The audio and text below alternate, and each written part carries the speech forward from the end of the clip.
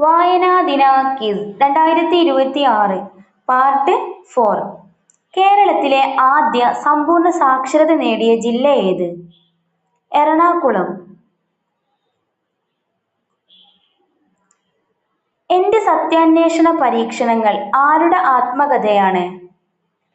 ഗാന്ധിജി. ആടുജീവിതം എന്ന നോവലിന്റെ രചയിതാവ് ആര്? ബെന്യാമിൻ. നിളയുടെ കവി എന്നറിയപ്പെടുന്നത് ആര്? പി. കുഞ്ഞിരാമൻ നായർ. നിളയുടെ കഥാകാരൻ എന്നറിയപ്പെടുന്നതാര്? എം. ടി. വാസുദേവൻ നായർ.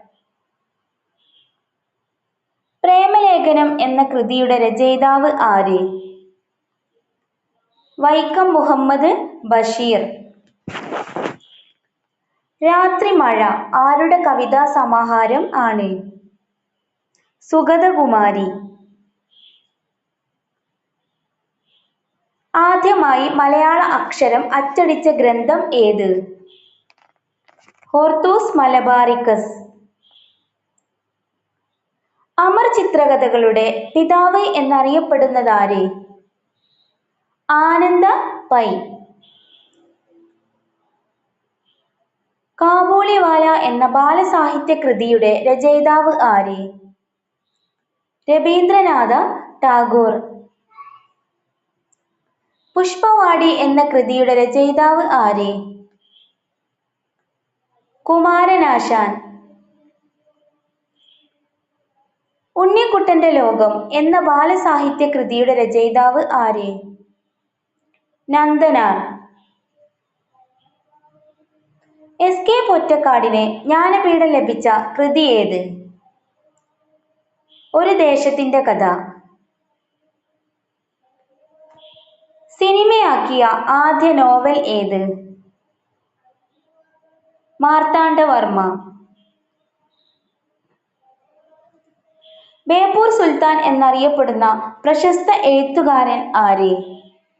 വൈക്കം മുഹമ്മദ് ബഷീർ. വീണപൂവ് എന്ന കൃതിയുടെ രചയിതാവ് ആര്? കുമാരനാശാൻ.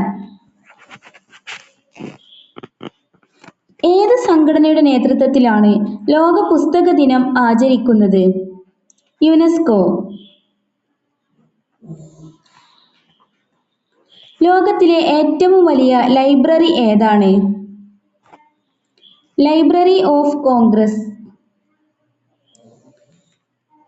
ജ്ഞാനപീഠ പുരസ്കാരം നേടിയ ആദ്യ വനിത ആരാണ്? ആശാപൂർണ ദേവി. മാമ്പഴം എന്ന പ്രശസ്തമായ കവിത രചിച്ചതാരാണ്? Vyloppilli Sreedhara Menon. Thanks for watching. Subscribe ചെയ്യാതെ കാണുന്ന കൂട്ടുകാർ സബ്സ്ക്രൈബ് ചെയ്ത്